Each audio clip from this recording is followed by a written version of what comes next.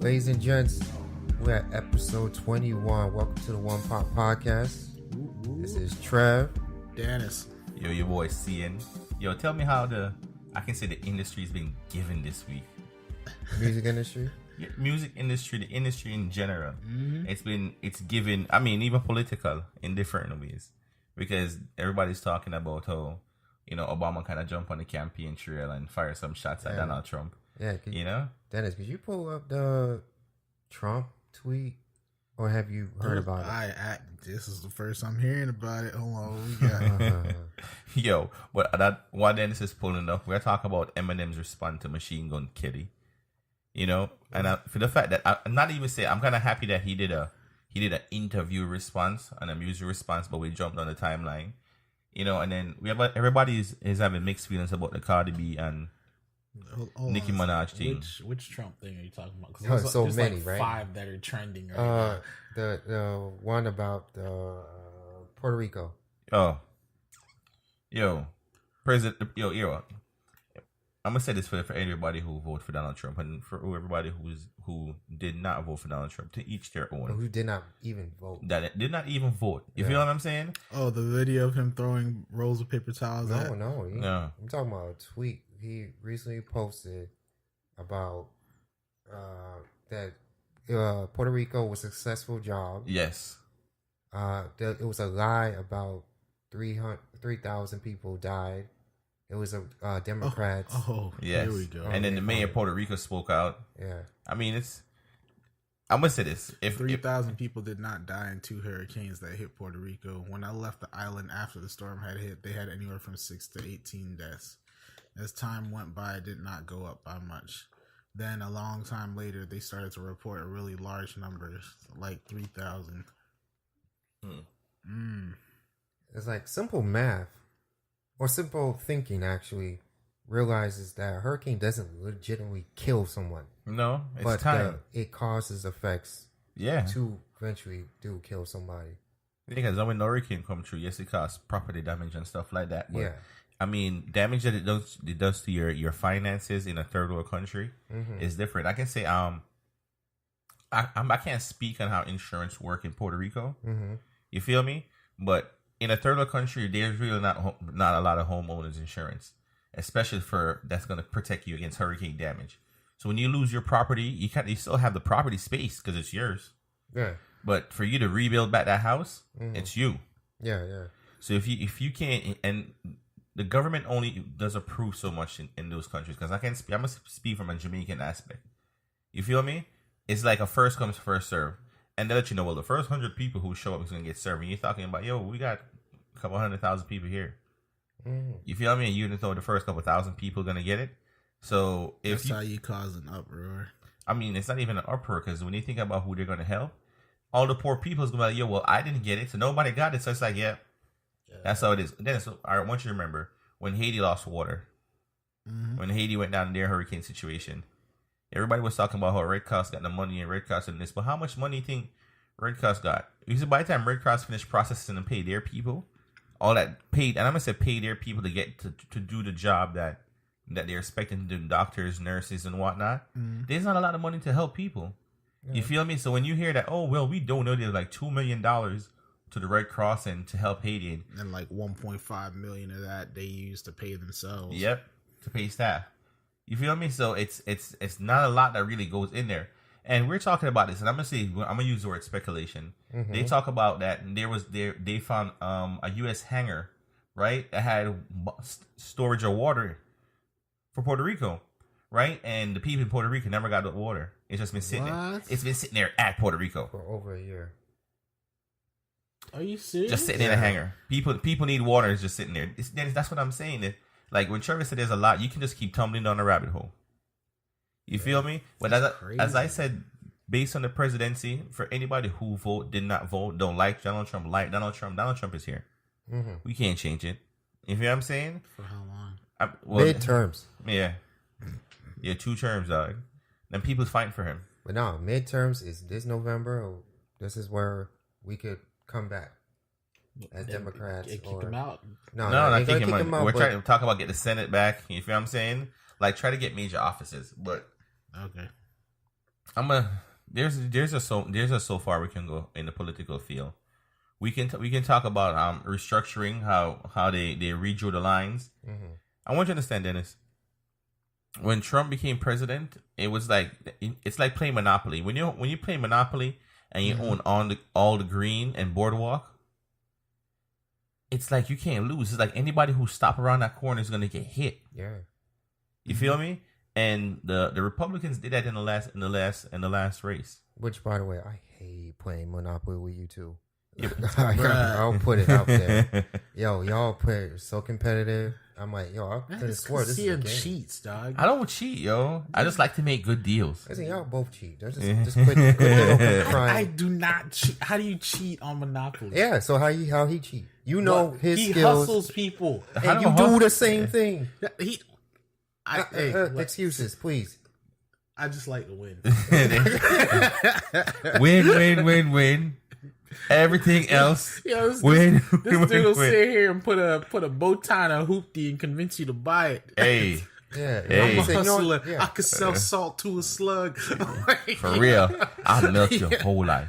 You feel what I'm saying? But you see how you said that? That's how this political thing is being touched, because you have one set of people who's saying that they're not benefiting from Trump, and then you have another set of people who said that they're benefiting from Trump. I'm gonna say this based on what I do in my work. Mm-hmm. It's benefited me. Mm-hmm. I can't complain. I may not be political, but I can see. I'm gonna say it's for Walmart employees, and I don't work at Walmart, guys, just so I can air that out. Mm-hmm. When Trump did come in power, Walmart employees got $1,000. Oh yeah, I heard about that. You feel what I'm saying? And other companies found ways to give out their companies. So even if it didn't support him, it did affect some of us. I'm not gonna say it did all of us. They probably taxed the hell out of that too. Why they got $1,000? Well, all right. See, Trevor, our company gave everybody raises. I knew that. Yeah, well, I didn't give. Trump that whole credit. No, that was Trump. That was him. That's how Walmart was able. Other companies like where other half here works at gave them stocks in their companies, but they did fit them a little bit more distance. Like, well, we're gonna give you this stock. And you have to be working here for 2 years for that stock to come into activation, but it's yours. Mm-hmm. But after 2 years, you'll get it. If you get fired anytime in between that, you don't get it. No. So, but a lot of companies find ways to distribute that wealth. You feel me? I mean, there are some companies around here who was like, yeah, well, if you didn't vote for this man this way, your company will be shut down. I mean, their company shut down anyway, so they really, so they just really got a free vote. Right? You didn't really change anything. But I want you to understand, Trev, some companies it did, some it didn't. You feel what I'm saying? Yeah. So I can say based on where my level of work is, I did feel the effect of it. So I can't even deny it. You know, it did help me in some form or shape. You feel me? But the people in Puerto Rico is a whole other conversation. Yeah. Flint still don't got water. You feel what I'm saying? Yeah. You think about with all this future technology filtration system that we have. You feel me? That we use in other countries. That we use in other countries that we can't get in ours. But that's a whole other conversation. I'm gonna tell you what I've been having fun with the whole week. Those Nike memes, dog. The Just Do It memes. Yeah, dog. I just saw one that was funny. I gotta find it again. You gotta find. Yeah, the Just Do It. The Just Do It is. Just eat her kids' fruit snacks. Dog. You posted that like a little bit too much. Like, I think you really have done that. You posted that a little bit too much. I think fruit snacks? Yeah, he loved the fruit snacks. I ain't never done that. You never did that? No. Ate the Chewies, ate the Nutriments? I mean, not of somebody's kids. All right. Did you know the kids was not there? I usually don't mess with people with kids. Like, yo, I'm gonna keep it real. I think I've only talked to like one person that had kids. Like, that was it. Yo, the one that I thought was most flawed is the Bill Cosby one. I didn't even see that one. I didn't see that one. Oh. You got to get it by any means necessary. Bro. Sure, laugh at that. Don't laugh at that. I'm just saying. Sorry, I'm just saying, dog. Just do it. I was like, no. They didn't have one for Trump. You got to grab him by the kitties. Yeah. Yo, by any means necessary, just do it. The Bill Cosby memes were vicious when that stuff was happening, dog. Yeah, but the just do it one, and I'm gonna say this. For everybody who's burning the Nike gear, right? Stupid. Sorry. I mean, look. Y'all are stupid for real. Yeah, but I mean, it's fine. You want to burn it. It's yours. You bought it, so you can do whatever you want to do with it. Mm-hmm. But please keep that thought in mind when you went to go buy a new one. Mm-hmm. All right? And for everybody who thinks that, because I'm stop wearing Nike, I'm going to start wearing other brands. They probably went and got their old beat up lawn shoes and lit them on fire. Yeah, but they still got their Vapor Maxes and Air Max 90s in the closet. Yeah, but then it's at the end of the day, I paid $160 for this. I'm not lighting this. Not lighting a fire. I just won't let them see me wearing it. You feel me? Ross right quick. You just go to Ross. Yo, I can't say this. Some of the best Nikes I have the one I wear for work. It's wrong. Yeah, I got mine from DD's. Shout out to DD's with this free promotion. I got mine for $19.99, and they did last pretty good at work. Yeah. Mm-hmm. You feel what I'm saying? With some Nikes, and they were comfortable. Wait, you got yours for how much? $19.99.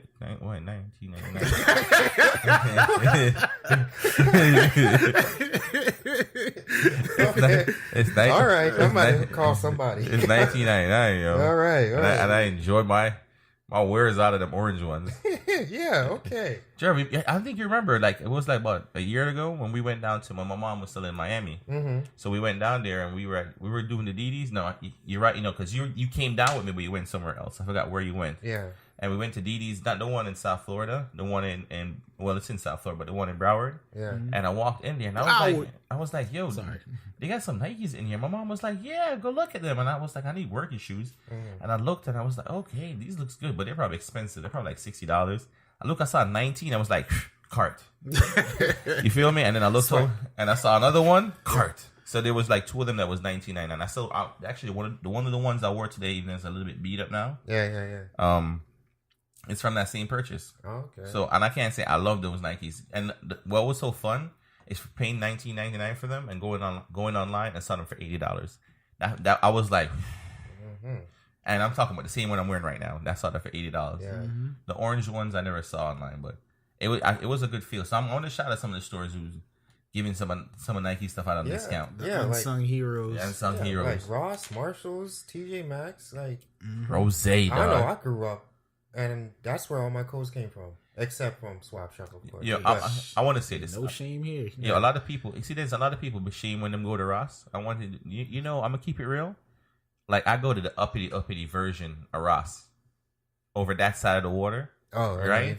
Yeah. Hey, and when I go over there, side of the water. Yeah, on the beach side. On the beach side. I've never been to that one. Well, you see, I'm saying Dennis, look, you might have to slide out there. It's a different quality of clothes for the same price. So it's to show you. So you see a lot. To people over there. It's over there. And you were thinking a lot of these people who we seen these Porsches, like there's a dude who was in a Ferrari who's inside a Rose, and I'm like, that's how you do it, huh? Mm-hmm. And keep your money. Yeah, and people think that the Polo that he got on, he paid $200 for. Nah, bro, it's $9.99. Mm-hmm. Don't get it twisted. You need to show me where you found a Polo for $9.99. Ross, dog. Yo, I can walk into the Ross right around the corner right now, and we can have that conversation again, dog. Because I have a couple shirts for $9.99 from there. I was just in there the other day. They ain't got no Ralph, dog. See, I'm just saying. But I see what you're getting at. Yeah, but I'm shouting out to the unsung heroes. But the reason why I'm bringing up the Nike thing is because a lot of y'all people don't understand. It's like T-Mobile and Sprint. It's like, for example, you leave T-Mobile, go to Metro. You're like, I got away from T-Mobile. Dog, do you know T-Mobile own Metro? Owns. You feel what I'm saying? That was the whole, that was one thing that caught me about, when, what was it? What's that spot called? Nature's Table. Yeah. Had opened up or whatever. Especially in the mall over here, Nature's Table was open. It was like, oh, Nature's Table. It's like Panera Bread, all that stuff. They sell flatbread sandwiches and soups. Like it's healthy and this, that, and the third. And they're sitting there like, oh yeah, I'm not gonna eat, anything like, Burger King or McDonald's anymore because it's not good for you. And you're like, okay. Let's see who owns this corporation. Yep. Oh, McDonald's. Yeah. Oh, let's see the calorie count on all of these meals over here. Oh, not what you think. Yeah. It's just a change of name. It's like Nike own Converse. Yeah. So you feel what I'm saying? So you gotta burn them too. Burn those too. Yeah. You feel what I'm saying? So, your Olympics team, all that Hurley gear. yeah, burn it all. Shit. Burn it all. Yeah, those Joker Converses y'all got in the closet, light them on fire. Light them on fire. All those skater gears a lot of them people be having, burn them things too, bro. All those winter gears, burn those too. Yo, speaking of athletes and stuff, you guys seen all that backlash that was going on with who was it, Serena and oh yeah, I forgot that was this week. Yeah, like that was. Well, that I was mean, something I'm gonna say, else. guys, I have mixed emotions about that one. Probably because I'm a little bit more sports in depth. Go for it. I'm gonna say don't quote me on it because I don't have the full facts. From what I came to understand, he basically saying that Serena, he took a point away from her because he said she was cheating, right?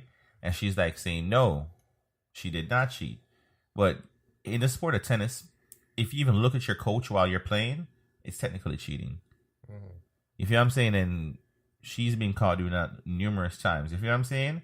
So, yes, I understand how she reacted on it. Yeah. But I think she didn't have to react like that during the game. But then again, as athletes... How passionate she exactly. is. And it has to be understood. That's the reason why I say it's mixed emotions. Yeah. Because, you're not looking at some of the stuff you do. Because when you're doing certain stuff and getting away with it, it's like, okay. But if you get caught with something, it's something else. You feel what I'm saying? But technically, and on her sense, she was not cheating in the moment. And there was nothing wrong with that. And she was passionate. And there was nothing wrong with that. But I'm going to show you how different it is. You see how Serena's getting backlash? I'm going to tie this one in with the Nicki Minaj and the Cardi thing. Yeah. You feel what I'm saying? Yeah. Nicki thing was like, yo, you don't want to smoke with me. Or you don't want no smoke because this is a lace blunt. You feel me? Cardi B brought the smoke. She weren't ready for it. You feel what I'm saying? Nicki has bigger security guards. Well, but that's what you see. That's what I'm saying, Trev. It's the same thing. It's similar in its own context in the same thing because everybody's saying that Cardi B shouldn't have picked up that moment to what other moment is she gonna have? She would never have another moment. I mean, they don't really run into each other a lot, so Cardi gave her that on-site conversation. But I'm gonna say this: Cardi B could have caught her in a club or something like that. But you had to go find her then. This is where you already had a planned event. You've been hearing it and said, you know what? When I see her on site, I'm gonna catch her. Yeah, exactly. And to be in context of it, Cardi did wait for her to do her thing. She did walk. She allowed her to walk the catwalk. Allowed her. No, and I'm gonna say, let's be real. Yeah, you allowed. No, I'm gonna say, and the reason I'm gonna say allowed because if I want to catch somebody, I'm gonna catch him. You feel what I'm saying? Yeah. But she made sure she let her do what she had to do, and she was like, "Bet you did your thing." Now we're in the area where everybody's chilling, so I can press you now. You feel what I'm saying? That's what she technically pressed her at. But as Nikki said, she was at the upper echelon event, and then she's gonna go on her radio, and she's gonna diss her on her radio show, her podcast, and diss her. And I'm gonna say this, guys: if you feel like when you go to these events and you don't behave ratchet, but you're ratchet outside of the event, you're still ratchet. Yeah. So when Nikki jumped on her radio and started dissing Cardi the same, you know what I mean, call her this, you know what I mean, she's getting suck her water and stuff like that. Yeah. The same persona you think you're not giving people when you don't turn up at their event, they can hear that hear that about you on your radio and in your music. Right. You feel what I'm saying? I'm gonna say this based on Cardi B's thing. Majority of the upper echelons may not like how she react. But y'all knew who Cardi was when y'all gave her this platform. Yep. Yeah, never changed. She never changed, and that's one of the reasons why everyone loved her because she was living her truth. If you know what I'm saying, or her truth. She wasn't putting on a fake facade like ow. She been doing that. She did everything she'd been wanted to do, and she kept on doing it. She never changed.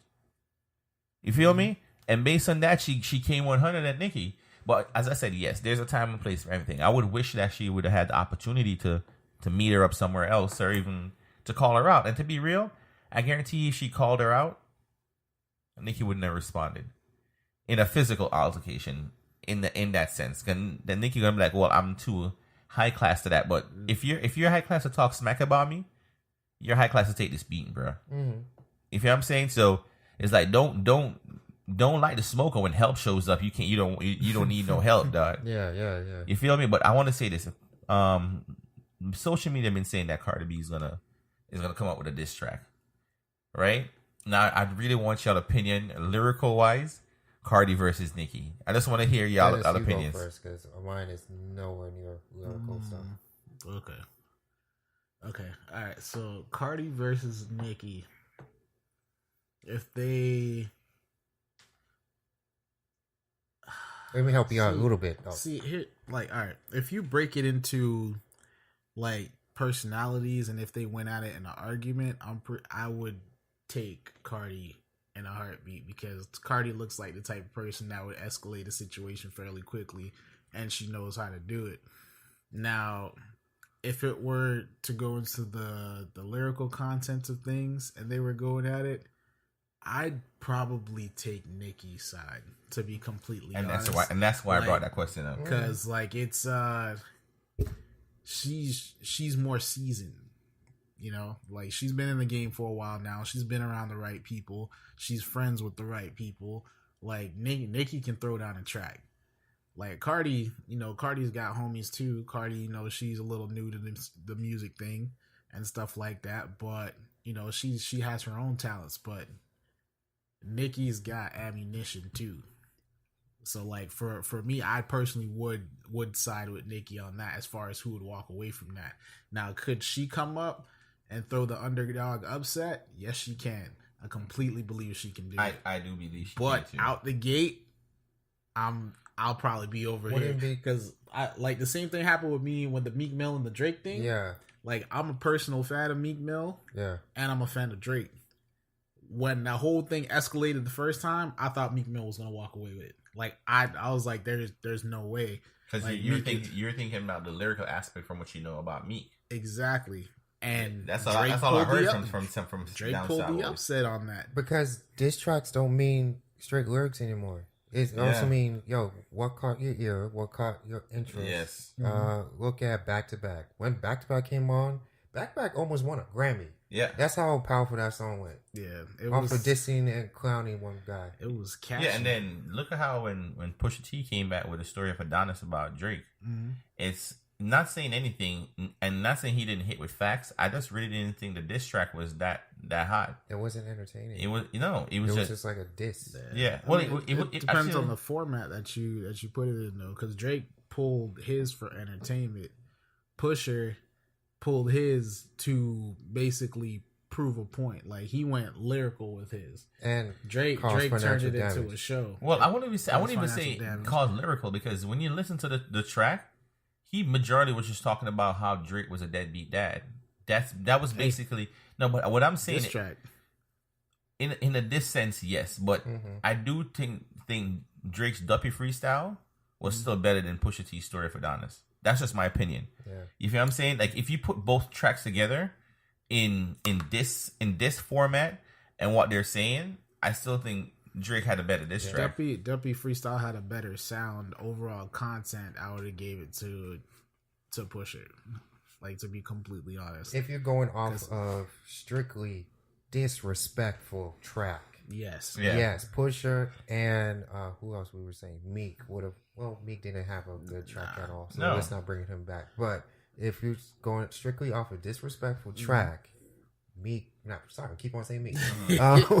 Pusha would have won that, right? Yeah. But off of entertainment, in this society now, in this level of entertainment now, you gotta catch these kids' ear. Yeah. Yep. They don't know the things you're talking about, even though industry people knew what you're talking about, and like, dang, you just brought up his Adidas deal. You just brought up about his kids thing, because that's an industry diss. Yeah. You feel me? I just want y'all to know, ain't nobody talking about that no more neither. No, but his kid's been out of the media a minute. As I said again, but look, who won the war? Drake. Yeah, because where's Pusha T? Pusha T's album deflated. Yeah, after, because I'll put the blame also on Kanye too, because you did a whole 7-track format with all your artists except Tiana, which Tiana only got an extra track, which, by the way, the extra track wasn't really a track to me, but whatever. that push out of all those tracks every week kind of got watered down. Yeah, in my opinion. But Drake is all over the radio. Yeah. Like I can think about 3 or 4 songs differently that Drake is on the radio right now, like nonstop. Nah, I don't want Shotty. Is Finesse playing on the radio?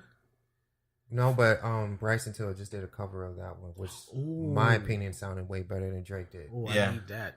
Yeah, Bryson Tiller one artist, so I like Bryson Tiller. Yeah, and Black just came out with an album today. Bro, I was looking for that. I keep forgetting how he spells his name. Oh, Black? Yeah, the number 6, then L-A. That's what it was. Bro, I was sitting there typing into title Black. Free promotion, and like I was putting BL4CK, okay, like 4LC, like I was like, yo, I was just typing in a whole bunch of stuff. I'm like, yo, it's not popping up. Like, and then if you go into Google and you try to look for it, like you type in Black, it types in the definition for the color, the definition of an African American, like all this other type of stuff. That's not how you. That's not how you find my album, sir. I was like, I give up, but like it's been pretty interesting as far as that goes. But what's your take on the Nicki and Cardi? Oh, it's right publicity stuff, and that's only what diss tracks are right now. Yeah, and like, it is publicity stuff. Because you make a track, look at Eminem and I was just about to bring that up. MKG, is it MKG? Yeah, MGK. MGK. Whatever. When those tracks are out, like the latest one, the Killshot, is it Killshot? Yeah. The latest one, you're getting money. Like, only people that's winning is Machine Gun Kelly and Eminem. Mm-hmm. Not either or. It's both of them, because they're getting them streams. They're getting them plays. Yeah. And Eminem's just doubling up, because Eminem, that track is not even on his album. So other than from he's getting paid off his albums right now, YouTube and Spotify and SoundCloud and everybody that says is just gonna be flushing into him just for a diss track. Give us more clicks. Views in literally 2 hours on YouTube. Yeah, because everyone been waiting. It's us who's really in control of these diss tracks. Yeah, we are. Because I can't say this. When Machine Gun Kelly disc came out, people had to be sending it to me for me to watch it. Yeah, I was like, for real, and it's based on the fact that how many people sent it to me. Mm-hmm. I was like, okay, so everybody's paying attention to this guy. So let's go see what's going on. And you see, I'll bet you in a coming month, he's going to come out with an EP. Yeah, and he has already his name in our ears already. Yo, I'm gonna keep it real, Trev. He should just if he could have whatever. If he has like 9 or 10 tracks that he think is good, put it out right now. Yep, right now before the smoke goes. Like, put it out. Let everybody go hear it. Yeah, you feel what I'm saying? Like, for me, in my honest opinion, as long as he keeps clapping back, regardless if he wins or loses, he won. But no, there's a limit nowadays too. To clapping back, because if you do one more, right? Fine, end it at that one. If you go after that, then it's like, yo, leave it alone. Yeah, that was done. Look at Meek. Meek was clapping back at Drake. At one point, we heard Meek. This and Drake, we were like, Meek, we don't care no more, dog. But Meek went from, okay, my songs aren't as good, to like verbally assaulting him. Yeah, like Meek was reacting out of frustration. And come on, let's not act like Drake didn't do no petty stuff either. They ended up staying in like the same hotel building, and in Canada, like whatchamacallit, Drake had blasted back to back over and over and over on the hotel the hotel radio wave. War means war, but hey, listen, the peace treaty's been signed. They are friends now. Yes. Shout out to Drake and Meek, man. I'm happy that they're showing that. Showing y'all people that it was just all money. Mm-hmm. Because it's not like they did an interview, so they squashed the beef or anything. Mm-hmm. All you just basically saw is that Meek Mill came out while Drake was performing, and he shook his hand. No, he did his song too. Yeah. They did Rico, right? No. They did what was one of Meek's songs? Yeah, I pay for God like this or shine like this. Yeah, that one. That's I what don't he know did. The name. Dreams of Nightmare. Okay, yeah. That's what they. That's a track he came out and did. Yeah. Because I ain't gonna lie, Meek has other tracks, but after Philly win the Super Bowl, that was like, this is Philly's year. Yeah. I mean, it's definitely their year. Yeah, right? Kevin Hart with the police stuff too. Shoot. Well, touch on what's going on with police in Philly, Dennis. Well, it's that whole story with the one black kid that got shot in the back by the cop. Oh, he shot him in the back 3 times, and like it's just the most ridiculous situation I've ever heard. Because the last thing that I heard on it was that the judge granted the police officer, like what was it called, like an insurmountable bail or something like that. Like I need to look up what it was called again. But basically, it was his bail was set for $250,000. And the way that the judge said it is that the cop could leave jail and not pay a dime. Is that $250,000? You have to pay that before you leave, correct? Yeah, or at least 10% of it, or something. However, it is. Well, the bail bondsman, so it's going to be 10%. You pay your bail bonds 10%, and basically you're good until you show up to court. And if you don't show up to court, then you have to pay the whole fee. The bail bondsman has to fine you, put you in jail, and you have to pay that whole amount. So if it's $250,000, it's $250,000. That's $25,000. And I mean, I don't have $25,000 to be bailing people out, but for anybody who got $25,000 to be bailed out of jail, shout out to you. Now here's the thing, but he didn't pay. I'd be real. Like I don't know what to tell you. I'll be on the phone with you. Listen, I'll pray with you. That's right. Prayers work. Yo, you can bail me out. Oh, let's pray together. I feel the spirit in the building this morning. Yes, I pray with you. Somebody's gonna come. Hey, you'd be surprised, dog. Hey, prayer works. Prayer works. Because I remember when I think it was Paul or Peter that was locked up, and he just started praying in the jail, and then all of a sudden all the guards fell asleep, and the guards didn't fall asleep. The gates just got open on the cells, and they just walked by the guards without the guards seeing them. So shout out to the Lord, yo, miracles do work.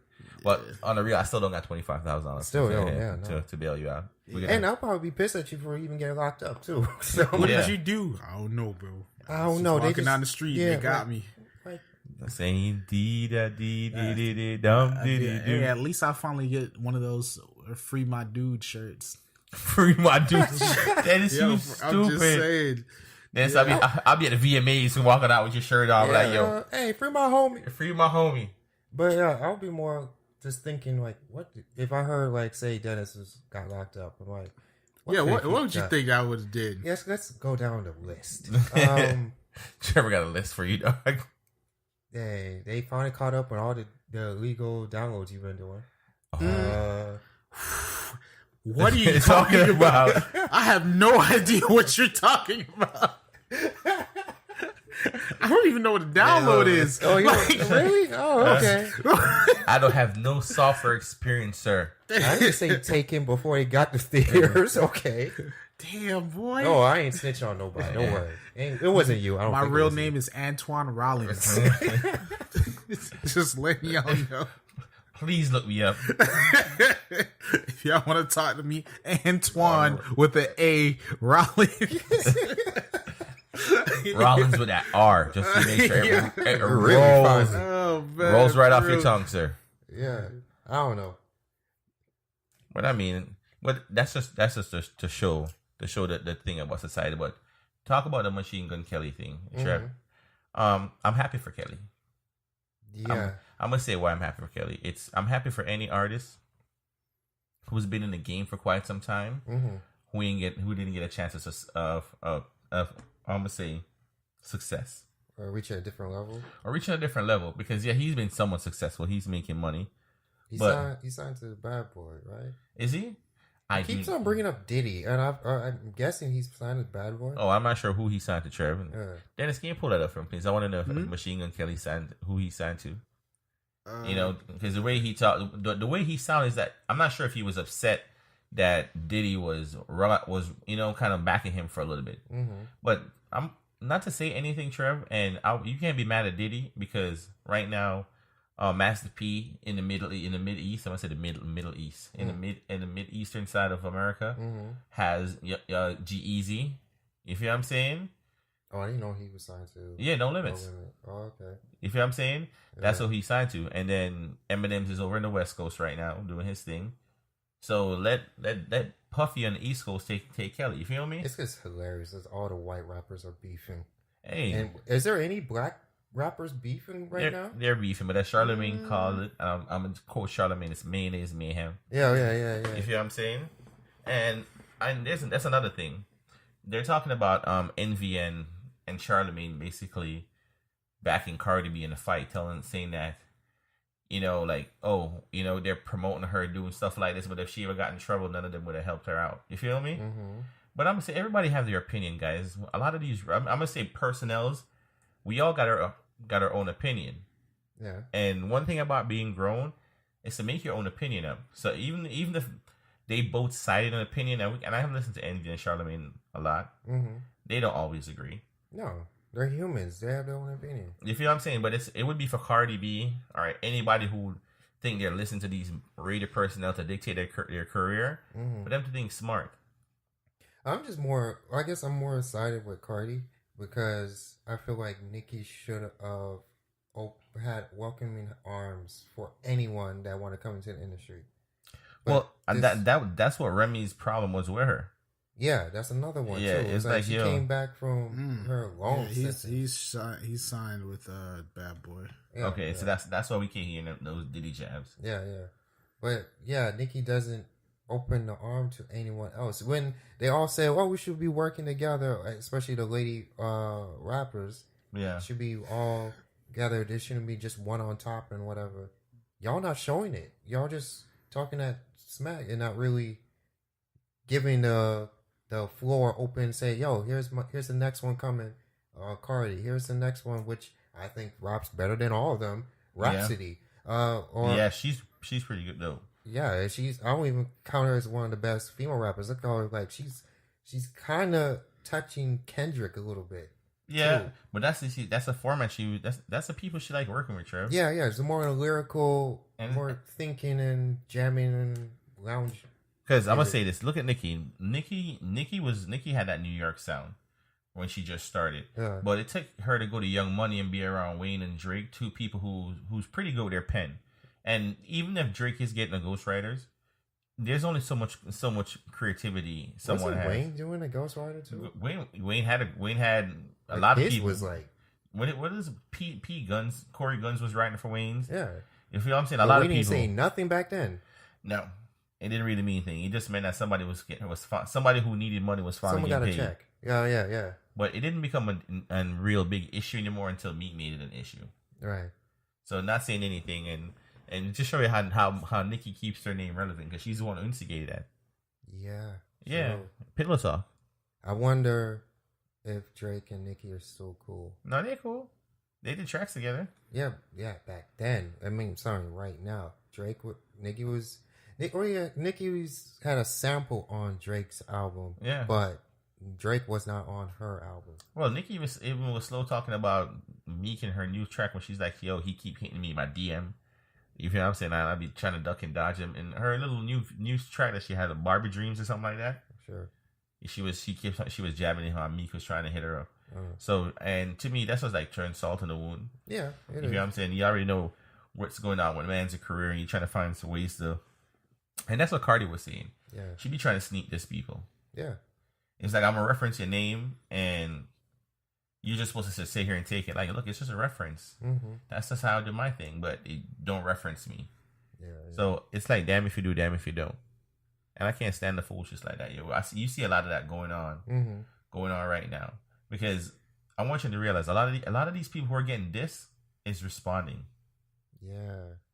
You feel me? Drake responded to the track on Infrared. Yeah. You feel me? It was a response. It wasn't like he jumped out and dissed him. He responded to being dissed. Yeah. You feel me? So it's a response. Eminem is responding, and he said it. I'm not gonna lie. I'm loving the Sway interview thing with Eminem's right now. Mm-hmm. That's very good for Eminem's, and I feel like Sway should be doing this thing more. You have a lot of shady. Matter of fact, you have a lot of artists from Interscope. Mm-hmm. Based on the fact that Shady Records is tied to Interscope, I will hope that you have more opportunities to bring more artists on, because Interscope is a very dominant label right now. Yeah. I mean, in so many different ways, and not just in hip hop, but in rock and roll, R&B. Yeah. You feel what I'm saying? They have a lot. So I'm loving this platform. And I want to say, I want to shout Nicki out, because right now Nicki does have the #1 podcast in the world. She's well, not in the world. Let me rephrase that. In the world of Apple, she has she has a number one podcast. But overall, they're saying she's number one, even on YouTube right now. Yeah. And basically, it took the Cardi beef is what promoted, because everybody just wanted to know what's her opinion. You feel me? Yeah. So that's why she basically got all those numbers. You feel what I'm saying? So she can't even say that. She's talking about payola and stuff like that. Basically, Cardi B just payola your career too. Yeah. You feel what I'm saying? Because Cardi hasn't done an interview about the situation. She's put it on. She's posted little clips here and there on Instagram, and everybody keeps talking about it's because her forehead is still swollen. Is it still? So well, I'm not sure. It can't be, right? I'm not sure how swollen it is. Yeah. They're talking about some. I heard a young lady online commented. She's like, "Well, I've been around girls who got beat before. And when they get beat like that, they got to go to the hospital. They have to drain the water or fluids out of it, and they let it heal." I'm like, man, if that's what Cardi B had to go through to hit Nicki, that's a lot. Mm-hmm. You got a hit. Yeah, I hope you got a hit for you coming for you going through all of that. Yeah, exactly. Because you just cost yourself money right now, and I'm happy that Nicki really didn't get hit. I'm happy no one really got hit, because technically the security guard or whoever just hit Cardi is liable to be sued. Mm-hmm. If you know what I'm saying, and if Cardi would have hit anyone, that would have been straight money out of her pocket. Yeah. You feel me? Because on the real, like, not to sound flaw, but can you imagine walking to the airport, you see one of these rappers, and you're like, let me get your autograph, and he just slap you one time, and you're thinking, who recorded this? Yeah. Please record me getting slapped. Money in the bank. Yeah. Shorty would think. Yo, for real, and not to hate. If that's how you come up, you be a millionaire, dog. Yo, don't deny your blessings, God. You know what I'm saying? Yo, don't deny your blessings. Like old boy that was riding out United, the Asian doctor dude. Yeah, that man don't work. That man don't work no more. Yeah, nice one. That man does not work no more. What did he find? Huh? What did he find? No, it was back in where they had the whole situation where they were trying to get people off the flight to give other people seats. Yeah. And he was the one that was randomly selected. And he said no because he has patients he has to treat back at home. And they forcefully dragged him off of the plane. Yo, when you're rich, you just keep richer, right? Like United. Yeah. You know that's big when they came and saved the number. Shoot, yeah, that's that shut up, dog. Sorry, my bad. Don't tell mom. Like, kind of money. Yeah, you see, he said Trevor. You know how I noticed? Why is it most of rich people that wins a lotto, bro? Because they're willing to play it. Yeah, I hear you. So I guess you got to pay to play the game, right? Yeah. Sad to say, but yeah. I feel the same way about people who be gambling and playing poker and stuff like that. Mm-hmm. Like I met a guy and he was like, yeah, like drives a nice Mercedes, and I was like, yes, what you do for them? He's like, I'm a professional poker player. Professional? Like, that's a sport? Yeah. You feel what I'm saying? He's like, yeah, that's all I do is play poker. He's like, I'm not gonna lie, I haven't won all year, but last year I won $3 million. Relax. What? Yeah. So you can afford not to play this year then, huh? He's like, yeah, but I'm still playing. I lost a couple $100,000, but I feel my $1 million coming back, and I'm like, I lost a couple $100,000. Yeah, because it pays to play. Dog, if I lose 100,000, I'm in debt, dog. Well, Dennis, I'm gonna say this. When I worked at a gas station before, right? And there's a guy that came in and spent $100 on scratch offs. Yeah, that usually happens a lot. You feel what I'm saying? And he's paying that scratch off, and then you ask him, he's like, "Yeah, I won 50,000. I won 100,000." I was like, "You've won it?" He's like, "Yeah." He's like, "That's the reason why I buy it like this." He's like, "Because I've bought it enough to know that it's not. You can't just go ahead and play one." Yeah. So I guess I need to start playing poker when I sum this part up, because for real. Or lottery, or I don't know about lottery, but yeah, I would agree with you there. I think I'll lose so badly. Maybe that's why I haven't been playing, because I'm like, I just want to lose this money. All I gotta do is win once. I want to win more than once. So I guess I'm greedy for that. I ain't gonna lie. A lot of people ask me what you would do with a time machine. I would go the day before the lottery, like the day after the lottery. Know the winning numbers. These numbers. Yeah. Go back in time, buy the numbers, and be like, bet. Yeah. So how did you acquire all this money? I won the lottery, dog. Like, how did you know what numbers to pick? Don't worry about it. I just knew. I woke up this morning and those numbers called out to me. Yeah. They said if I play these numbers, I will become a millionaire. So I played, and that would have been my ending conversation. But you want to hear something funny, Trevor? I'm gonna show you how crazy the government works. You know, when you win the lottos, there's 2 ways you can go about it, right? If you take the money undisclosed, you lose more money. But if you announce that you win it, you make more money. You get to keep a larger sum and get a target on your back. Yeah, that's basically what it is. That is what you see, Trevor. What they charge you for is a publicity stunt because they get to put you in the social media.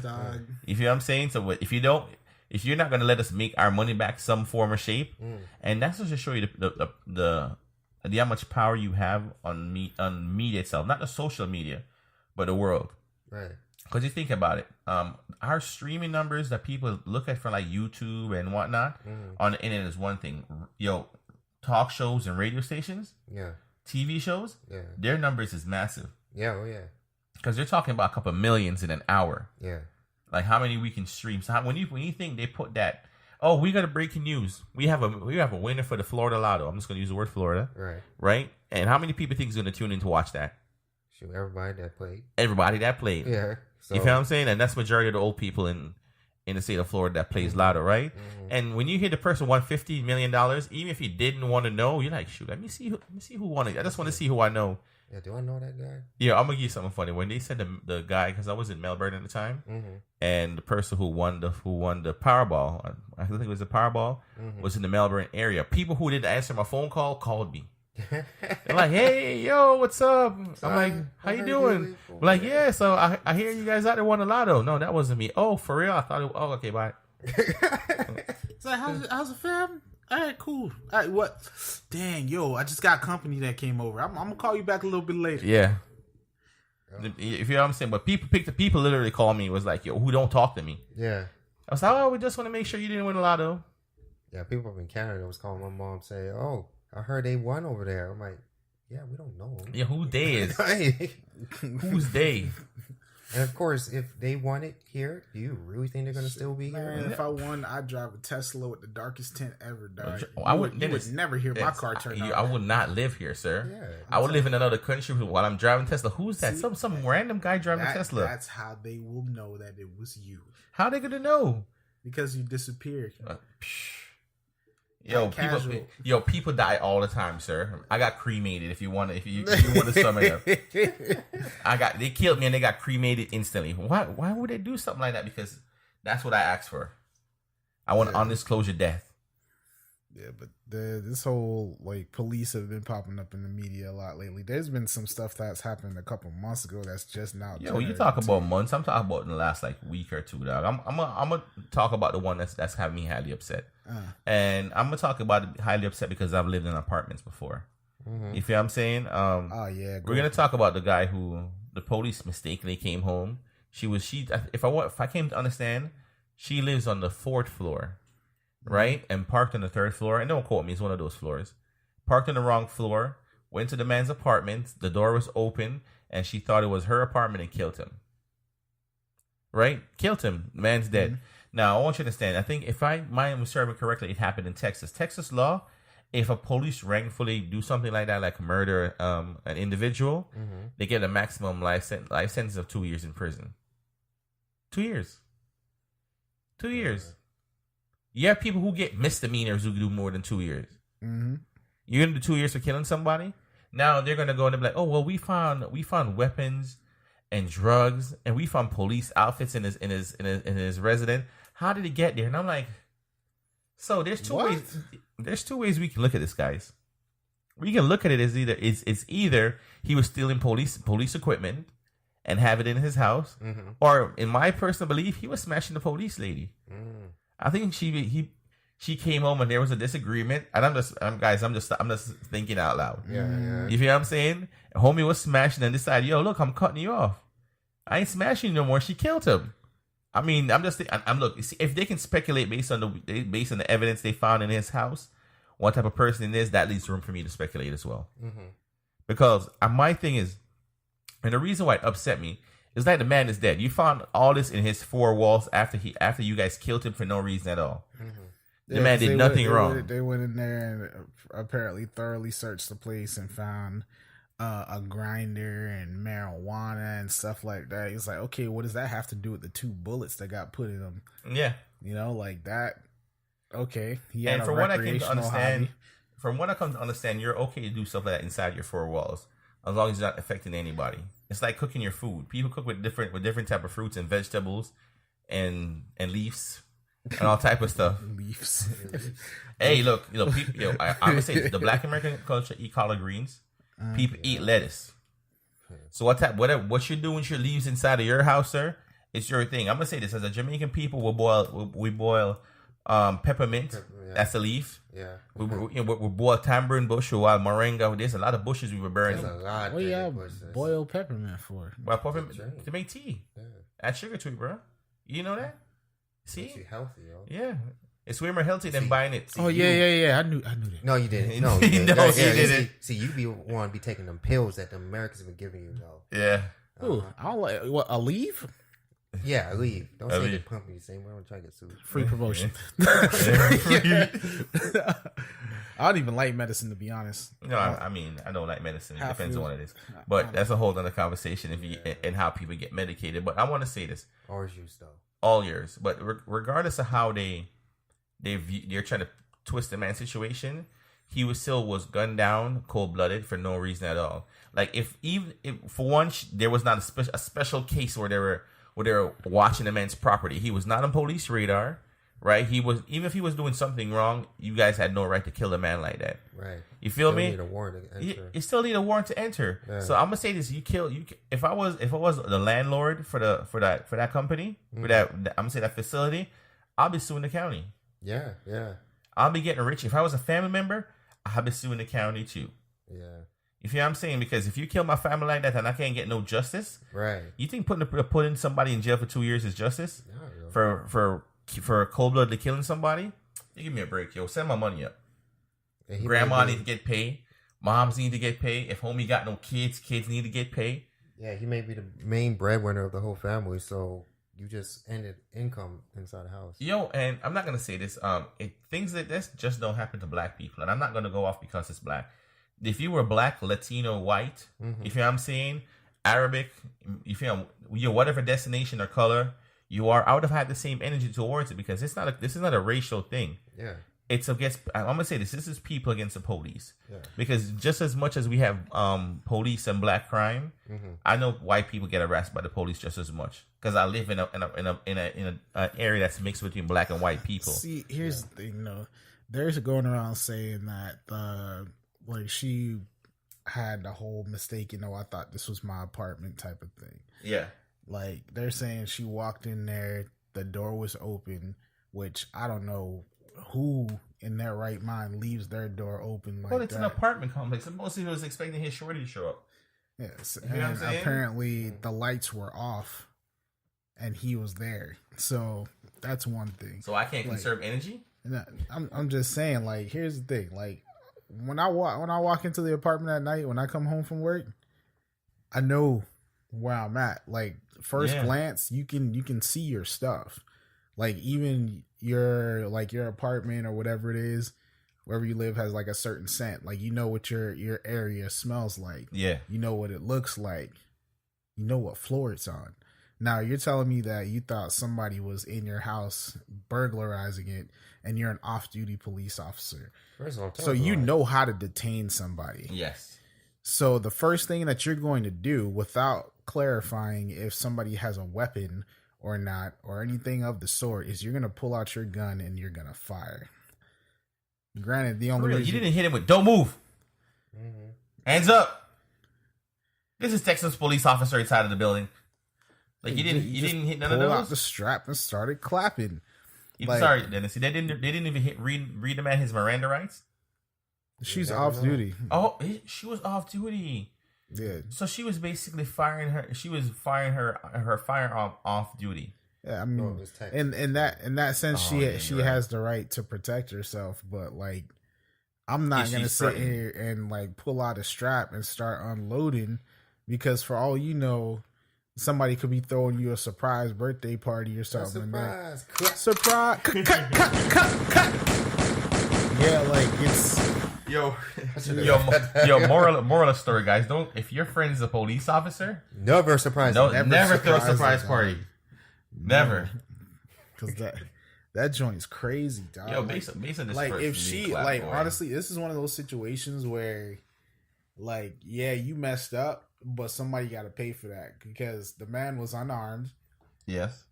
And like you trespassed into his area. Yes. Granted, you might have been confused as to what apartment or whatever it is that you went to, but that was his property, and you killed him on his own property. You feel me? So like, let's say like if I randomly walk into, you know, our neighbor's apartment or whatever, and he pulled the trigger on me, technically I'm trespassing on his property or too. So you feel me? Like it's crazy. You know like, what's funny to me? You ever see how police officers be looking at people whenever you watch movies when they take people to jail? They be looking at them like, yo, you little scum. You never gonna get away with this. I would love to see the look on one of them face when they're getting locked up by police. Yeah. Like, John, don't worry, we're gonna take care of you inside here. No, we're not. You're about to get the same treatment. Yo, basically we talking about them craziness. I'm not gonna lie. I'm gonna flip the script. Guys, Spider-Man came out and I enjoyed Spider-Man. Oh my gosh. Trevor, you haven't played Spider-Man? Game? Yeah, I have not played it. I ain't gonna lie, visuals is beautiful. Yeah, I've been running New York. I'm telling you. I'll be running through New York like for real. I've been webbing people up, but I just want to change energy because I'm thinking about the sad thing of how homie died. And if Spider-Man was around, he would probably save his life. Yes, right? Oh, you mean the guy that got shot by the cop? Yes. Spider-Man that fast? Hey, I don't know, Trevor. Spider-Man is that. Yeah, fast. If he's Spider-Sense would have kicked off, like, there's a dumb cop who's about to go kill somebody for some foolishness right now. Let me just web him up real quick. It's like, I don't think anybody in their right mind, other than outside of a story, would dare commit crimes when you knew somebody like that is living in your city. Like, you know, this guy can bench press a city bus, and you want to go rob a bank. I say the same thing about anybody who lives inside the same city of or metropolis that Superman lives inside of. It's like, you really want to commit a crime and Superman's flying around? Yo, the fact that you see the old cartoons where they're like, "Oh, Superman's here," and they hop into the car, and they start driving and fire shots. Like, oh yeah, he can literally lift the building out of the ground and fly across the world in seconds, but we're gonna get in a car and drive 60 miles an hour in one direction and think we're gonna get away. With traffic. With traffic. And he sees through walls. And see, guys, I'm gonna say this. I guess that's what they need to give some of these police, some of these Superman abilities. Speaking of Superman, what do you think about Michael B. Jordan being the next Superman? Is it confirmed? Like it. It's not confirmed, but no, I mean, I like it. Give everybody a chance. I mean, it's the same way I felt about Idris Elba becoming 007. Yeah. You know, and then there was a backlash, like, yo, we can't, like a backlash. Backlash. Yeah, that was blacklash. You know what I'm saying? They had a blacklash talking about, you know, they didn't want Idris Elba being 007. They don't want, you know, he's British and, you know, British people are not black. You know what I'm saying? There is. Idris Elba. No, I mean, see, and here's the thing though, like at first it was like, actually, it was one of those things where, you know, Bond's always been white. So that was pretty much what came up first. Yeah. And then when it was circulating that it was Idris or Sir Idris Elba because he got knighted by the Queen. Yeah, yes. Yeah. Everybody was like, yo, that would be dope. Like, even I got excited. Yeah. I shared the poster on Facebook and the poster was fake. And like everybody started commenting like, oh, it's only speculation. I'm like, I don't care. I'm willing it into existence. Yeah. I mean, I like the fact that it's generational changed.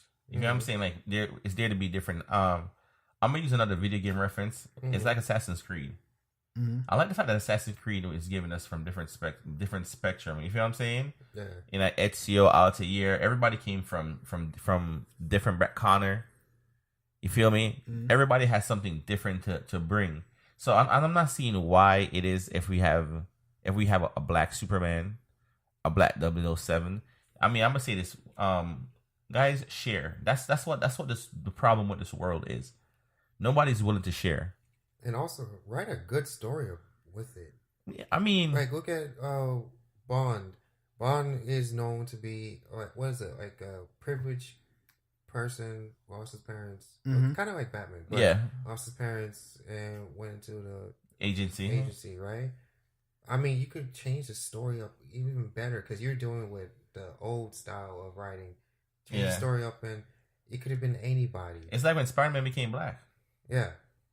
And they didn't just say Peter Parker's black. No. They said Miles Morales. Yeah, and they showed, and then Miles got his power basically the same way Peter got it. Like a spider bit him. So you feel what I'm saying? Like, no one killed the spider yet. No, it was another one. They recreated the experiment, I believe. Yeah, and he got bit by that one. Oh, so well, see, there you go. See, it's separate from Peter. Yeah, not exactly separate, but still separate. Yeah, I mean separate, but they use the same factors. Like, this is what caused this reaction. Yeah. And I'm gonna say this.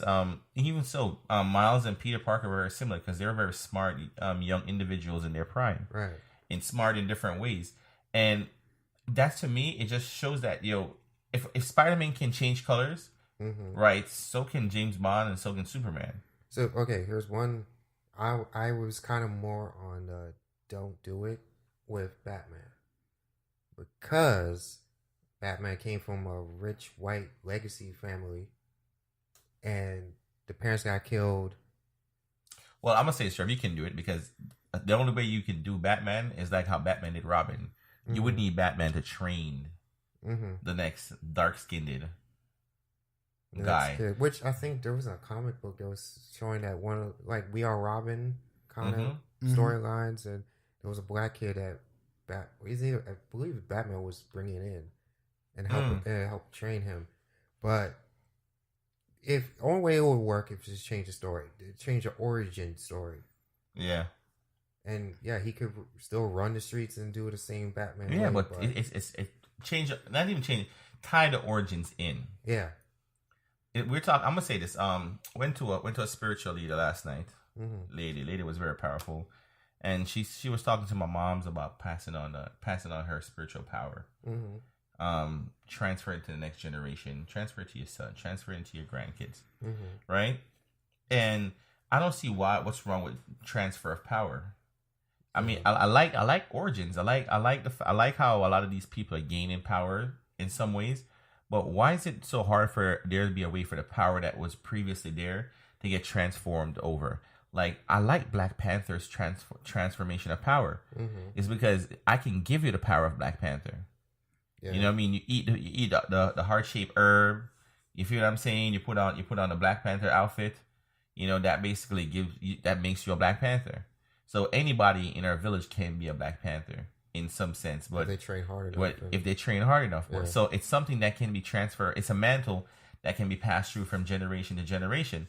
I'm just saying why they should be doing stuff like that. I want to shout out Steph Curry, LeBron James, a lot of those basketball players who goes out to these training facilities. Yeah, you feel what I'm saying? To me, yes, they're training privileged kids because a lot of those kids in a lot of those facilities are privileged.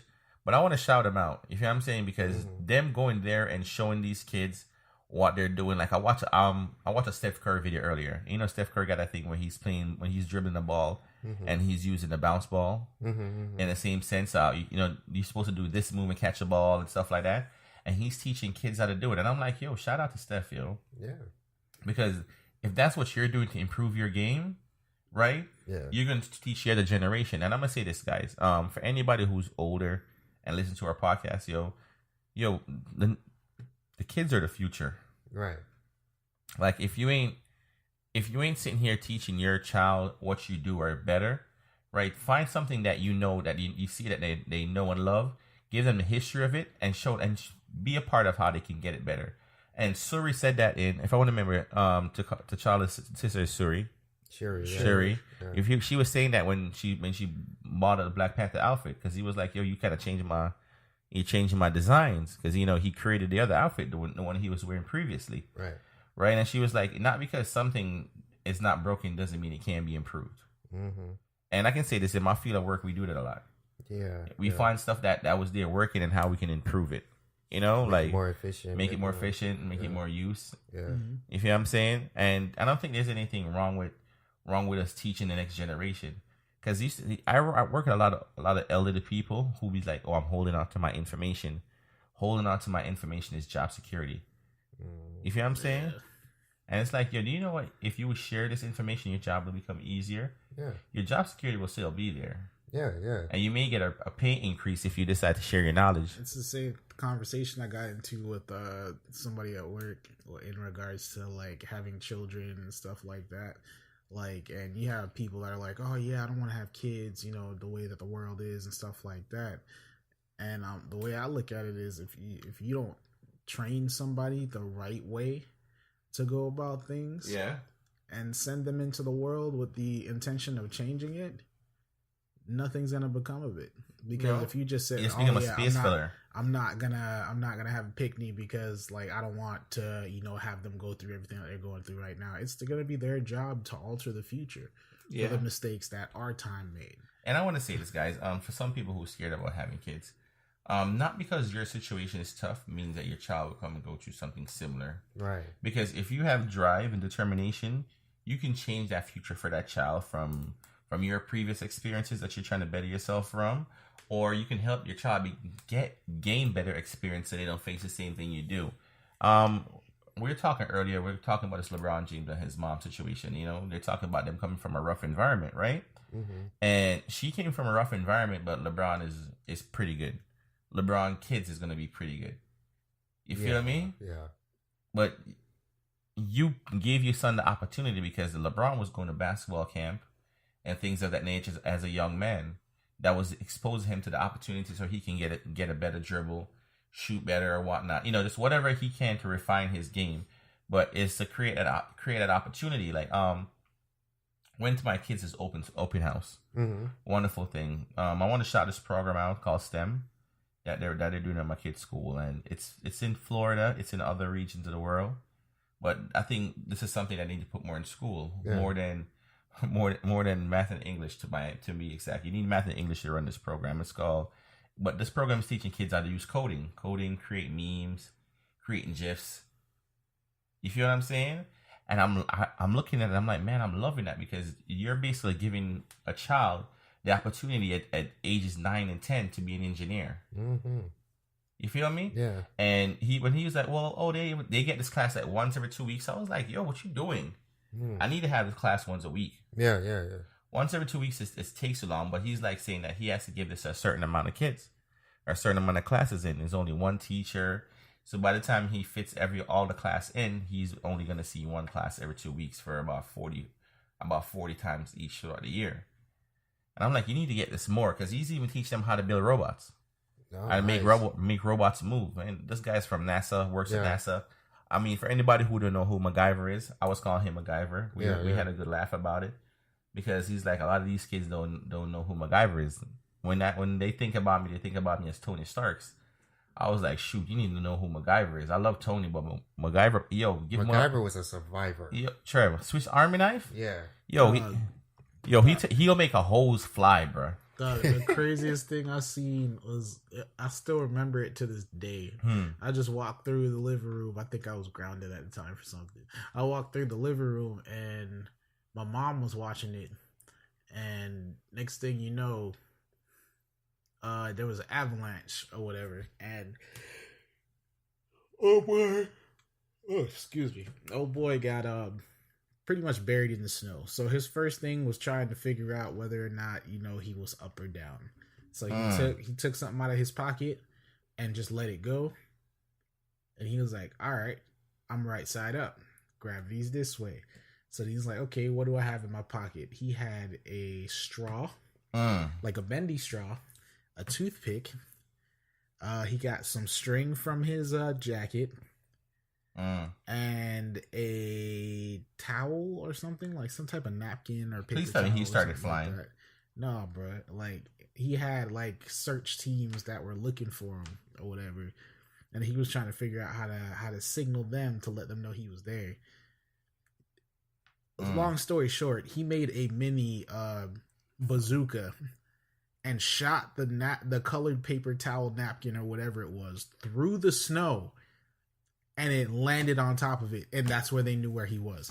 Yo. I was like, "Yo, dog, you did all that with a straw and some string?" Yo, like, not to knock Tony Stark.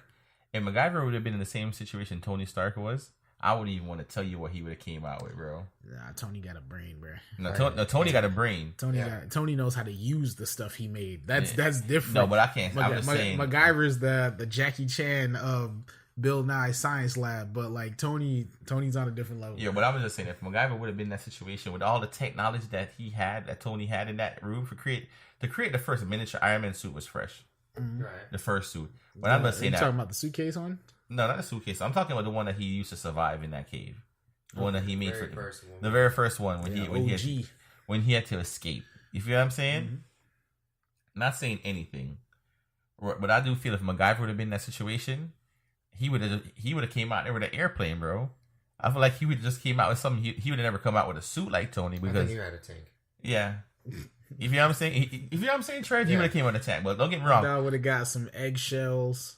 Yo, like, for real. The plastic bag they gave him his dinner in the day before, some sealing water, and like the spoon that he had, and pretty much made a turbo drill and got straight through the cave like it was nothing. Open the door, he's not there. It's like, how does it work? It's fueled by the eggshells. Do you patent this stuff? What have you made?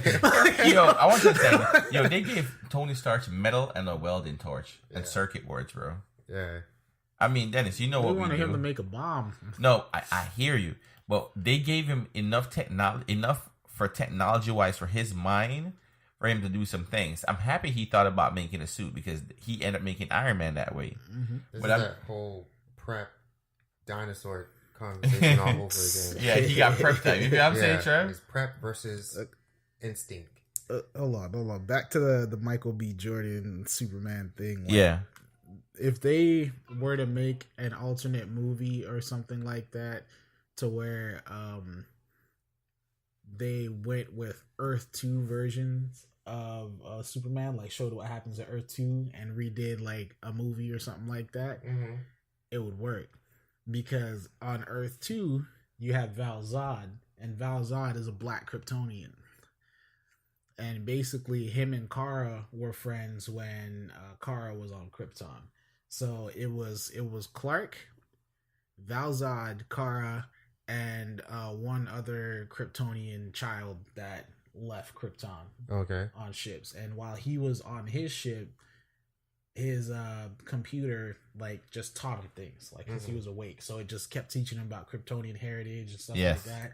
And his parents were executed by Krypton's court, but I don't really know what it was for. I'm gonna start reading into that stuff because it's interesting. But along the way there, he just come under the understanding that violence is stupid. Yeah, and he's a pacifist, which I like. Like violence isn't the answer, and he has all that power. He can do everything Superman can do. Everything. He just chooses to be a pacifist. So, and on Earth 2, you have like literally like 4 super kids on the same planet. And the craziest thing about it is all of them are older than Clark, but they don't look like it. Yeah. So, well, I'm gonna say this, guys, based on what Dennis is talking about, and not to just change subject and jump into the dive into the deep end of the pool. Like your upbringing does have a choice to determine who you end up being. I'm gonna use an aggressive animal. People say aggressive like pit bulls. You know what I'm saying? People say pit bulls are aggressive and they're dangerous, but I've had dogs. I've had pit bulls. If you take that animal and you raise it right, you know what I'm saying, you'll get a lovable creature. You feel what I'm saying? It's just like kids. Yeah. If you teach your kids right, like I'm gonna say this. I have 3 kids, and I can see the evolution that me as a parent have been through, with to determine what my 3rd child is. Right? Because I can see my personality from my oldest, from when I was just learning how to be a father. Yeah. I can see the growth in my 2nd child, and I watch my 3rd child. She just goes off the hinges. But it just shows what I've learned, right? And what I've done. Like we're talking about. I did her open house in her school. Was talking about for her being 3-year-old and knows all her colors and letters and stuff like that. They want her to go forward. You feel what I'm saying? You tell me like she knows what the color teal is? Yes. Yeah. I don't even know what teal looks like. Yeah. Isn't teal one of the colors for the Miami Dolphins? Yes. So that's how, maybe. Yeah. You live in a Dolphin's house. Yeah. But it's just a shade. But it kind of flabbergasted the teacher for her to even... Yeah, true. For her to even if you tell her that's teal, you can look at them like that's like bluish green. You know, you start thinking about it in that sense. But no, she looked at it and she called it that. Right. But then again, I'm gonna say this. Trevor shed some light. Her uncle is a major Dolphins fan. I mean, not a big listener of the podcast. Shout out to AJ. Yo, shout out. Shout out. Yo, sorry. Shout out to a belated birthday, Donville, and he's not here. He's vacationing in Lauderdale right now. Yeah. Some family things, you know, but shout out to happy belated birthday to Donville. Shout out to all the people that want to be guest stars on the podcast too, because we got an influx of a lot of people. Yes, everybody wants to come on. Everybody wants to jump on and and talk and vibe. I'll be 100%. You don't come on up here without content, though. Yeah. Yes. I can't just have you say, "Oh, I just want to sit down." Wait, no. What are you going to talk about? Well, yeah. I just want to be on one episode. I'm going to say this so humbly as I can. You see the numbers we got. Yep. Yeah. I can't have you up here just sitting here just not saying nothing. Yeah. That's going to be a no for me, dog. Yeah. God, you sound just like her. She ain't her. That's Randy Jackson. No. That sounds like somebody. Someone else is saying. Oh, yeah. I got you. Shout out. Somewhat shout out. No, even shout out. Yo, shout out to you know who you are. Yeah. We're gonna leave it at that. Respect. You feel me? But no, I mean, for everybody who want to come on, we want to get you everybody up here. But if you're gonna come up here just to sit down and just sit down and watch us, it's not gonna work, guys. Yeah. If you know what I'm saying, I'm gonna be about something. And I want to say this: everybody's interested in their own way. If you want to come and sit here and vibe, talk about yourself. Yeah. I like, give me a little bit of deep insight. Right. I like deep inspiration in any form or shape. Yeah, because we love talking about relationships. We love talking about... Yeah, we talk about everything, guys. Everything. So, yeah, I mean, I think they could easily pull off the Earth 2 thing. Like, even if it's just a one-off movie, because they're thinking about doing the Flashpoint movie, why not do one for Earth 2? Yo. DC is done with movies. They need to stop. They should retire. All their people wants to leave. Well, I mean, again, to DC, Marvel is going to the same thing. Marvel, a lot of people's contract is, but at least it's coming to an end. They put it where we have 10 years of movies instead of what? How much years? DC extended universes? Extended universe. Don't add in Christopher Nolan stuff. Are you talking about like? Okay, so minus that and add in everything else? Man of Steel, Batman vs. Superman, Justice League. Am I saying this in order? I don't know. I don't know. Then Aquaman is later this year. I really want to see what they're going to do with Aquaman. Me too. I'm actually excited for that because I personally feel like Aquaman is the joke of comics. But nah, bruh. Like even when they had the what were they called? The Super Friends. Mm-hmm. Even when they had the Super Friends cartoon that was like old as all hell, where they had the Legion of Doom in the swamp with that type of thing and all that, everything like that. Like Aquaman was one of my favorites because his power was just so practical. Yeah, he was the butt of the joke for a lot of people though. Yeah, but his power. Hey, look! Say what you say about Aquaman. Homeboy, stay wet, dog. You see what I'm saying? Say what you want to see about Aquaman, bro. You stay wet, but here's the thing: like if you sit there and you actually look up his abilities, he's one of the most ridiculous characters ever made. Like after looking at his ability list, I'm like, yo, this dude could drag Superman fairly easily. Like I'm talking about easily. You know what hydrokinesis is? No. Well, I want you to elaborate. Hydrokinesis is the ability to control water in all forms. So even in the air, he can control it in a liquid, a gas, or a solid. So he could like how Avatar: Last Airbender is, how they water bend and stuff like that. He could do that with the water that you have in your body. So black bending? Pretty much. He could rip that water out of your body. Right. On top of that, he has freaking telekinetic powers. Yeah. And he can basically get you to do whatever he wants. Like, it doesn't just work on fish and aquatic animals. It works on people, too. He utilizes to talk to them. But I hear what you're saying. Aquaman is extremely powerful. Yeah, and on top of that, he uses magic and everything too. So like, it's I'm a big nerd when it comes to stuff like that. So I still think he gets a short end of all movies. People are not looking forward to it, but I am. So hopefully, it's going to be a good movie this year. Yeah, it's. I'm looking for it. What else is coming out this year? Shazam. Is that next year? Might be next year. I'm not really sure. Are we getting a Star Wars movie this year? No, we're not. We already did Solo. I still haven't seen it. It's on a certain app. I'm not sure if I should say out loud. Yeah, they've been trashing that movie for the longest too. Like, people have been blaming each other for the reason it failed. It was entertaining, but see, I saw it in the theater and it was dark, so it may have been good for a date, but not just even really a Star Wars fan. Well, I mean, the direction that they're choosing to take with everything, I don't know. Like, I really don't know. It's becoming confusing because a lot of the diehard Star Wars fans, they're like, yo, like, what are you guys planning on doing with this? Because you guys are like deviating from the original story. Like, you have so much content that you could use. You could literally take all of the books that were written and just turn those into movies, and people will go nuts. Yeah. You know, it's crazy because, I mean, Star Wars is nice.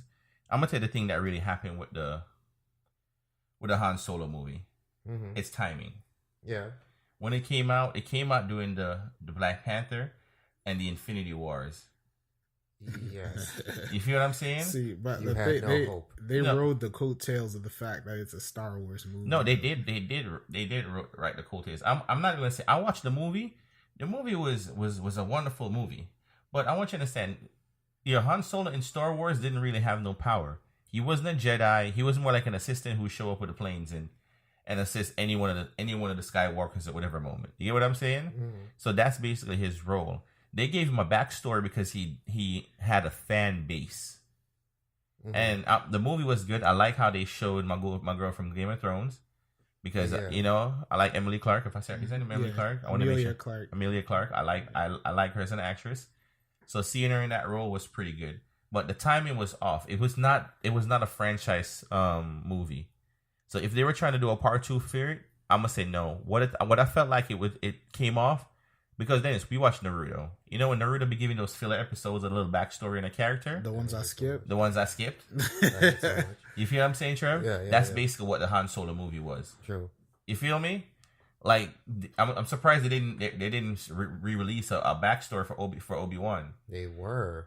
I would have preferred that because at least he's a Jedi and we just saw some very good action based on somebody who's trying to learn how to fly a plane or barely can fly a plane and taking a heavy risk. Didn't we kind of got that with episode 1? Somewhat, but the movie wasn't just dedicated around him. Anakin. Yeah, you feel what I'm saying? But I would have preferred. Anakin was a pod racer, though. Yeah, but I would have preferred. But we knew what he's about to become. Yeah, we did know what he was about to become. But Kill it with fire. But I would have wanted an Obi-Wan movie. That would have been better. To me, that would have been better. Show how he first became a Jedi.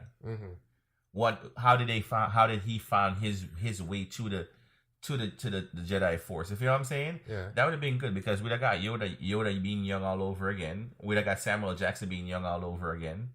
We'd have got Darth Maul. We'd have got a lot of people back. That would have helped give a lot of the old flames or the old fire some flames again. Yeah. So we could have pulled that back up. But I mean, based on even what Star Wars is at right now, like I feel like they're dragging out the Force. Dragging out the Force. No, they're dragging out the Force in the sense that, like, are we gonna say what's his name again? Kylo Ren. Kylo Ren has somewhat knowledge of the Force. You know what I'm saying? He's using it good, but he ain't Darth Vader. Darth Vader was showing you what the Force look. You know, these girls be on these things, but what that mouth do? Darth Vader. Darth Vader was out there. You're showing you what that Force do, dog. You feel what that Force do, though? Yeah. I'm gonna show you that Force. Dennis, you and I both know when Darth Vader don't like it, he stretch his hand out. You get that Force choke, dog. That's that Kanye father stretch my hands, dog. Like yo, I'm telling you, like especially like I think the craziest thing was when who was it? Was it I think it was Sidious. Lord Sidious. Lord Sidious. It was in was it in Star Wars Rebels? I think it was in Star Wars Rebels. Right. Where he's sitting there and Count Dooku's there. And if you remember Dooku was a dude that was running around in episode 2. Yeah. Well, Dooku, if I remember, Count Dooku was the last Sith apprentice before Anakin became Darth Vader. Yeah, so like he was running around and I guess he did something and he pissed old boy off. So keep in mind, Sidious was like 4 solar systems away. Yeah. 4 or 5 solar systems. Like the span of space in between you and this dude is astronomical. Yeah. Like you could start flying now as a child in a spaceship and your great grandkids won't even be halfway there. Mm-hmm. So like that intercom popped up and old boy was standing there and it was like 2 seconds. He just reached out his hand. Yeah. And Dooku went straight up in the air. Could you imagine your mom beating you from work? For real, dog. Yo, he was sitting here. He's like, "Yo, you testing my patience, dog." Like he just whoosh, he just reached out his hand. All of a sudden, you just heard straight up in the air, and I'm like, "Yo." Yeah, I ain't gonna lie. When Luke said the Force could transcend time, dog, we didn't know it was like that. See, but yo, my dude. Go ahead. I was going to say, thank God parents don't have the Force. Yeah, I don't know, bro. I'll be having some Force. I'll be having the eye look.